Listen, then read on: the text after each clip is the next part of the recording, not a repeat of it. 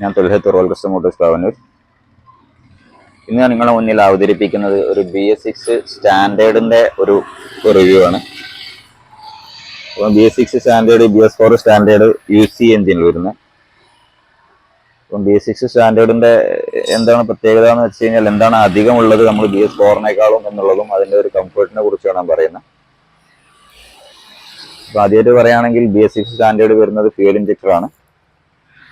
Carburettor ഉണ്ടാവില്ല. പിന്നെ നമ്മൾ ഈ വണ്ടി ഉപയോഗിക്കുന്ന സമയത്ത് നിർബന്ധമായിട്ട് 2 ലിറ്റർ പെട്രോൾ ഇത് മെയിൻറ്റെയിൻ ചെയ്തിരിക്കണം. അത് നിർബന്ധമായിട്ട് നമ്മൾ ശ്രദ്ധിക്കേണ്ട കാര്യമാണ്. 2 ലിറ്റർ പെട്രോൾ എപ്പോഴും മിനിമമായിട്ട് നമ്മൾ അതിൽ കീപ്പ് ചെയ്യുക. അതിന് മുകളിലുള്ള പെട്രോൾ മാത്രം നമ്മൾ യൂസ് ചെയ്യുക എന്നുള്ളതാണ്. അപ്പോൾ ഇതിൽ ഫ്യൂൽ ഇൻഡിക്കേഷൻ ലൈറ്റ് വരുന്നുണ്ട്. ഇതിൽ ആ ഫ്യൂൽ ഇൻഡിക്കേഷൻ ലൈറ്റ് കത്തിക്കഴിഞ്ഞാൽ ഉടനെ തന്നെ നിങ്ങൾ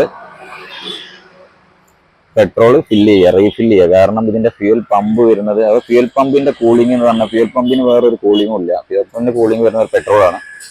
അപ്പോൾ കറക്റ്റായിട്ട് പെട്രോൾ മുങ്ങി നിന്നാൽ തന്നെ അതിന്റെ കൂളിങ്ങും കറക്റ്റായിട്ട് കിട്ടുള്ളൂ. അതുകൊണ്ട് അത് സ്ട്രെയിൻ ചെയ്ത് വർക്ക് ചെയ്ത് കഴിഞ്ഞാൽ ഫ്യൂൽ പമ്പ് പെട്ടെന്ന് കംപ്ലൈന്റ് ആവാനും അങ്ങനെ വലിയൊരു സാമ്പത്തിക ബാധ്യത വരാനുള്ള സാധ്യത കൂടുതലാണ്. അതുമാതിരി തന്നെ BS6ന്റെ കാറ്റൽ കൺവെർട്ടർ ഇവിടെ കൊടുക്കുന്നുണ്ട്.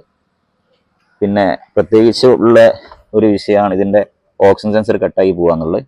അപ്പോൾ നിങ്ങൾ ക്രാഷ് കാർഡ് ഫിറ്റ് ചെയ്യുന്ന സമയത്ത് ഈ ഒരു കേബിളുമായിട്ട് ജോയിന്റ് ആയിട്ട് എവിടെയെങ്കിലും നിൽക്കുന്നുണ്ടോ നോക്കണം ക്രാഷ് കാർഡ്. അപ്പം ബാർ ക്രാഷ് കാർഡൊക്കെ വെക്കുന്ന സമയത്ത് ഈ സാധനം കട്ടായി പോകാൻ വളരെ കൂടുതലായിട്ട് വരുന്നുണ്ട്. അപ്പം ഇത് 2000 രൂപ വില വരുന്ന ഒരു സെൻസറാണ്. അപ്പോൾ സെൻസർ പോയി കഴിഞ്ഞാൽ ഫ്യൂല് പിന്നെ മൈലേജിനെ ബാധിക്കും. അപ്പം അതാണ് BS6 സ്റ്റാൻഡേർഡിലെ സൈലൻസർ. എക്സോസിന് നല്ല 37,000 അടുത്ത് വില വരുന്നതാണ്. അതുകൊണ്ട് നമ്മളിതിൻ്റെ എക്സോസ്റ്റ് സൈലൻസർ കാര്യങ്ങളൊക്കെ നല്ല രീതിയിൽ തന്നെ സംരക്ഷിക്കണം എന്നാണ് പറയാനുള്ളത്. അത് ചെറിയ വിലയാണെന്ന് കരുതരുത്. 27,000 വരുന്നുണ്ട് ഈ ഒരു ബാക്കിലുള്ള സൈലൻസറിന് മാത്രം.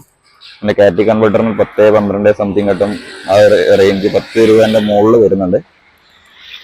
അപ്പം ഈ ഒരു സൈലൻസർ നമ്മൾ നല്ല രീതിയിൽ തന്നെ പിന്നെ ശ്രദ്ധിക്കുക. കാരണം ഈ ഒരു എക്സോസ്റ്റ് സൈലൻസർ പോയി കഴിഞ്ഞാൽ ഇത് നല്ലൊരു സാമ്പത്തിക ബാധ്യത ഉണ്ടാവും. പിന്നെ ശ്രദ്ധിക്കാനുള്ള പിന്നെ വരുന്നത്, ഇത് ഫ്രണ്ടിൽ ഡിസ്ക് ബ്രേക്ക് വരുന്നുണ്ട്. അത് വലിയൊരു കാര്യമാണ്. സ്റ്റാൻഡേർഡിന് ഏറ്റവും ഒരു മൈനസ് ആയിട്ടുള്ള ഡിസ്ക് ബ്രേക്ക് എന്നുള്ളത്, അത് കമ്പനി ഡിസ്ക് ബ്രേക്ക് കൊടുത്തിട്ടുണ്ട്. പക്ഷെ അതിനൊരു മൈനസ് എന്നുള്ളത് എനിക്ക് പറയാനുള്ളത്, എൻഡുറൻസിന്റെ ഡിസ്ക് ബ്രേക്കാണ് കൊടുത്തത്. അപ്പോൾ ഇതിന്റെ മുമ്പുള്ള വീഡിയോ എല്ലാം പറഞ്ഞിട്ടുണ്ട്. എൻഡുറൻസിന്റെ ഡിസ്ക് ബ്രേക്കിന് അതിൻ്റെതായ പ്രശ്നങ്ങളുണ്ട്. ഇത് അയച്ച് പിന്നെ ഡിസ്ക് പാഡ് മാറ്റുന്ന സമയത്ത് എന്തായാലും അതിന്റെ ആം കംപ്ലീറ്റ് അയച്ചിട്ട് ഗ്രീസ് ഇട്ടിട്ട് മാത്രം കയറ്റാൻ ശ്രമിക്കുക എന്നുള്ളതാണ്. ഇത് ഒരു കുറച്ചൊരു പിന്നെ ഇപ്പം കമ്പനി ആ പ്രശ്നം പരിഹരിച്ചിട്ട് ഇപ്പം പഴയമാതിരി വൈബർമാനാണ് കൊടുത്തിരിക്കുന്നത്. അപ്പൊ എൻട്രൻസ് പറഞ്ഞുള്ള ഹാർലിയിലും കൊടുത്ത് ഫെയിലർ ആയിട്ടുള്ള ഒരു ഡിസ്ക് സിസ്റ്റമാണ്. പക്ഷെ മുമ്പൊക്കെ കുഴപ്പമില്ലായിരുന്നു. ഇപ്പൊ അതിന്റെ ഒരു ക്വാളിറ്റി അത് മെയിൻറ്റെയിൻ ചെയ്യുന്നില്ല എന്നുള്ളതാണ് നമ്മളെ ഒരു എക്സ്പീരിയൻസ് മനസ്സിലായിട്ടുള്ളത്. പിന്നെ പറയാനുള്ളത്, ഇതിന്റെ മുന്നേ പറഞ്ഞ പോലെ തന്നെ ഇതിന്റെ ഒരു വിഷയം തന്നെ ABSന്റെ പിന്നെ മോഡുലേറ്റർ കംപ്ലൈന്റ് ആവാന്നുള്ളതാണ്. വാട്ടർ സർവീസ് ചെയ്യുന്ന സമയത്ത് ഈ ഒരു പോർഷനിലേക്ക് വെള്ളം അടിച്ച് വല്ലാതെ കഴുകാതെ നിൽക്കുക. അതേമാതിരി ഈ ഒരു ഭാഗത്തേക്ക് വെള്ളമടിച്ച് വല്ലാതെ കഴുകാതെ നിൽക്കുക. വാട്ടർ സർവീസ് ഇവിടുന്ന് എഞ്ചിന്റെ മുകളിലേക്ക് സീറ്റിന് താഴോട്ടുള്ള ഭാഗത്തേക്ക് ഹൈ പ്രഷറിൽ വെള്ളം വാഷിങ് ഉപയോഗിക്കരുത്. അത് നിങ്ങൾക്ക് ഈ ABS മോഡുലേറ്ററിൽ കംപ്ലൈന്റ് ആവാനും അതേമാതിരി ഇതിന്റെ ECM കംപ്ലൈന്റ് ആവാനുള്ള സാധ്യത, ത്രോട്ടിൽ ബോഡി കംപ്ലൈന്റ് ആവാനുള്ള സാധ്യത കൂടുതലാണ്. പിന്നെ ഇത് ടിൻ സ്പാർക്ക് അല്ല വണ്ടി വരുന്നത്, സിംഗിൾ സ്പാർക്ക് പ്ലഗ് ആണ്. അതുകൊണ്ട് തന്നെ കറക്റ്റ് സമയത്ത് സ്പാർക്ക് പ്ലഗ് മാറ്റിയിട്ട് മെയിൻറ്റെയിൻ ചെയ്യണം. അതല്ലെങ്കിൽ മിസ്സിങ് കാര്യങ്ങളൊക്കെ വരും. അതായത് കറക്റ്റ് കിലോമീറ്റർ കഴിയുമ്പോൾ ഒരു മാക്സിമം 20,000 കിലോമീറ്റർ കഴിയുന്ന സമയത്ത് അതിന്റെ സ്പാർക്ക് പ്ലഗ് മാറ്റി കൊടുക്കണം. പിന്നെ ബാക്കിയുള്ള കാര്യങ്ങളൊക്കെ സ്റ്റാൻഡേർഡ് സീറ്റ്, കംഫർട്ടുള്ള സീറ്റ് തന്നെയാണ്, കുഴപ്പമൊന്നുമില്ല. പിന്നെ ബുള്ളറ്റിന്റെ ട്രഡീഷണൽ പഞ്ച് ഈ ഒരു വണ്ടി കിട്ടും എന്നുള്ളതാണ് ഏറ്റവും വലിയ പ്രത്യേകത. J സീരീസിനേക്കാളൊക്കെ കുറച്ചുകൂടെ ഒന്ന് ഒരു ബുള്ളറ്റ് ഓടിക്കുന്ന ഒരു ഫീല് കുറച്ചും കൂടെ ഒന്ന് കിട്ടുന്നുണ്ട്. പക്ഷേ J സീരീസ് സ്റ്റാൻഡേർഡും നല്ല വണ്ടി തന്നെയാണ്. അത് കുറച്ചുകൂടെ റീഫൈൻഡ് ആണെന്ന് മാത്രമേ ഉള്ളൂ. ഇത് കുറച്ചൊരു വൈബ്രേഷൻ നമുക്ക് ഫീൽ ചെയ്യും. പിന്നെ അതേമാതിരി BS6 സൈഡ് സ്റ്റാൻഡ് വലിയൊരു വിഷയം ഉണ്ടായിരുന്നു. സൈഡ് സ്റ്റാൻഡിന്റെ ഈ ഒരു തിക്നെസ് കുറവുകൊണ്ടും അല്ലെങ്കിൽ സൈഡ് സ്റ്റാൻഡിന്റെ ഈ ഒരു ക്വാളിറ്റി കുറവുകൊണ്ടും നമുക്ക് സൈഡ് സ്റ്റാൻഡ് പെട്ടെന്ന് കംപ്ലൈന്റ് ആണ് വിഷയം. സൈഡ് സ്റ്റാൻഡ് ബെൻഡാണ് വിഷയമൊക്കെ ഉണ്ടായിരുന്നു. അപ്പൊ അതൊക്കെ പൂർണ്ണമായിട്ടും ഒരു പരിധി വരെ ഒരു പരിഹരിച്ചിട്ടുണ്ട്. അതിന്റെ ഒരു ക്വാളിറ്റി കൂട്ടിയിട്ടുണ്ട്. പിന്നെ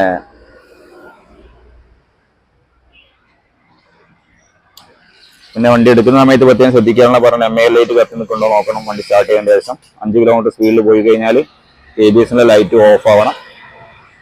അപ്പം ഈ ABS ലൈറ്റ് ഓഫ് ആയിട്ടില്ലെങ്കിൽ ആ ഒരു കംപ്ലൈന്റ് എന്താണെന്ന് ശരിക്കും പരിഹരിച്ചതിന് ശേഷം മാത്രം നിങ്ങൾ വണ്ടി വാങ്ങിക്കുക.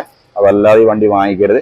ചില സമയത്ത് ഇവർ പറയും സെൻസറിന്റെ പ്രശ്നമാണ്, അത് സെൻസർ ക്ലീൻ ചെയ്ത് ശരിയാവുന്നൊക്കെ പറഞ്ഞ് വണ്ടി നിങ്ങൾ ഏൽപ്പിക്കും. അപ്പോൾ നിങ്ങൾ പോകുന്ന സമയത്തേക്ക് ABSന്റെ മോഡുലേറ്റർ കംപ്ലൈന്റ് ആവുക 15-16 രൂപ ചെലവ് വരുന്ന ഒരു വിഷയമാണത്. അപ്പോൾ അതൊന്ന് ശ്രദ്ധിക്കുക.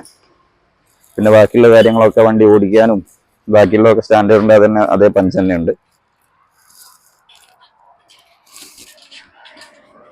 അപ്പൊ ഈ ഒരു കാര്യങ്ങൾ ഇവിടെ ഈ ഭാഗത്തേക്ക് വാട്ടർ സർവീസ് ചെയ്യരുത്. ഇതിന്റെ ഉള്ളിലേക്കൊന്ന് ഫോഴ്സിൽ വെള്ളമടിച്ച് നമ്മൾ കഴുകാതെ വെക്കാൻ ശ്രമിക്കുക. പിന്നെ ബാക്കിയുള്ളതൊക്കെ നമ്മൾ സ്റ്റാൻഡേർഡിനുമായി തന്നെ, ബാക്കിയൊന്നുമില്ല വലിയ ഒരു പിന്നെ അതിനൊരു സൈഡിൽ റിഫ്ലക്ടർ കൊടുത്തിട്ടുണ്ട്. ഇത് വണ്ടി നമ്മൾ വളക്കുന്ന സമയത്ത് റോഡിലൊക്കെ ഇട്ട് വളക്കുന്ന സമയത്ത് പെട്ടെന്നൊരു വിസിബിലിറ്റി കിട്ടും. വണ്ടി ഒരു റിഫ്ലക്ഷൻ കിട്ടും എന്നുള്ളതുകൊണ്ട് നല്ലൊരു കാര്യം തന്നെയാണത്. പിന്നെ ബാക്കിയുള്ളതൊക്കെ തന്നെയാണ്. എൻട്രൻസിന്റെ കാലിപ്പറാണ് കൊടുത്തേക്കുന്നത്. പിന്നെ ഈ ഒരു വണ്ടി ഓടിക്കുമ്പോൾ ഞാൻ പറഞ്ഞ മാതിരി 2 ലിറ്റർ പെട്രോൾ എന്തായാലും നിങ്ങൾ മെയിൻറ്റെയിൻ ചെയ്യണം. അത് വളരെ ശ്രദ്ധിക്കുക. ഫ്യൂൽ പമ്പിന്റെ കംപ്ലൈന്റ് ഉള്ള സാധ്യത 6 മാസം കൂടുന്ന സമയത്ത് നമുക്കൊന്ന് ടാങ്ക് ഒന്ന് മഴക്കാലം കഴിയുന്ന സമയത്ത് ടാങ്ക് ഒന്ന് ക്ലീൻ ചെയ്ത് ടാങ്കിൽ വെള്ളമോ മറ്റോ എന്തോ ഉണ്ടെങ്കിൽ അതൊന്ന് പിന്നെ ഒഴിവാക്കിയിട്ട് ക്ലീൻ ചെയ്തെടുക്കുക. പിന്നെ ഇത് വെള്ളം ഒഴിഞ്ഞ് പോകുന്നുണ്ടോ എന്നുള്ളതിന്റെ ഹോള് വരുന്നതിന്റെ അടിയിലാണ്. വെള്ളം ഒഴിഞ്ഞു പോകാനുള്ള ഹോള് വരുന്നതിന്റെ അടിയിലാണ്. അപ്പോൾ ഇവിടെയൊക്കെ ഒന്ന് ജസ്റ്റ് ഒന്ന് വെള്ളം ഒഴിച്ചു കൊടുത്തിട്ട് വെള്ളം ഒഴിഞ്ഞു പോകുന്നുണ്ടോ, താഴോട്ട് ഒഴിഞ്ഞു പോകുന്നുണ്ടോ എന്ന് നോക്കണം.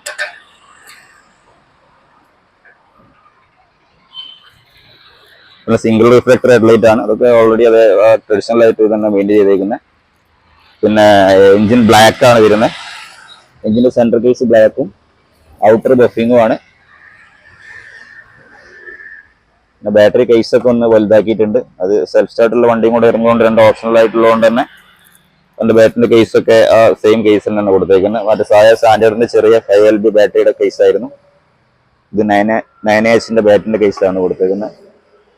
പിന്നെ ABSന്റെ വയറ് കാര്യങ്ങളൊക്കെ ശരിക്കും നല്ല പൊസിഷനിലാണോ നോക്കണം, അല്ലെങ്കിൽ ഇത് പൊട്ടാനും ഈ കാര്യങ്ങളൊക്കെ നല്ല ശ്രദ്ധിക്കണം. ABSന്റെ കേബിള് അതേമാതിരി ബാക്കിൽ അയക്കുന്ന സമയത്ത്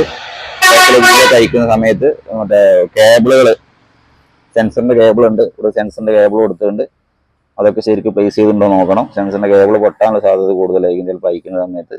അതൊന്ന് നോക്കുക. സെൻസറിന്റെ കേബിളിന് വല്ലാതെ വിലയൊന്നുമില്ല, എന്നാലും അതൊന്ന് ശ്രദ്ധിക്കുക. അപ്പോൾ ഇതാണ് എനിക്ക് BS6 സ്റ്റാൻഡേർഡിനെ കുറിച്ച് പറയാനുള്ളത്. നല്ല പഞ്ചുള്ള വണ്ടി തന്നെയാണ്. റോയൽ എൻഫീൽഡ് ട്രഡീഷണൽ ആയിട്ടുള്ള വണ്ടി ഉപയോഗിക്കണം, ട്രഡീഷണൽ എഞ്ചിൻ ഉപയോഗിക്കണം എന്നുള്ളവർക്ക് നല്ലൊരു ഓപ്ഷനാണ് BS6 സ്റ്റാൻഡേർഡ്. പിന്നെ കാർബറേറ്ററിനേക്കാളും കുറച്ചുകൂടെ ഒന്ന് മൈലേജ് പ്രൊവൈഡ് ചെയ്യുന്ന ഈ വണ്ടി. അപ്പോൾ അടുത്തൊരു വീഡിയോ കാണാം. Thanks for watching.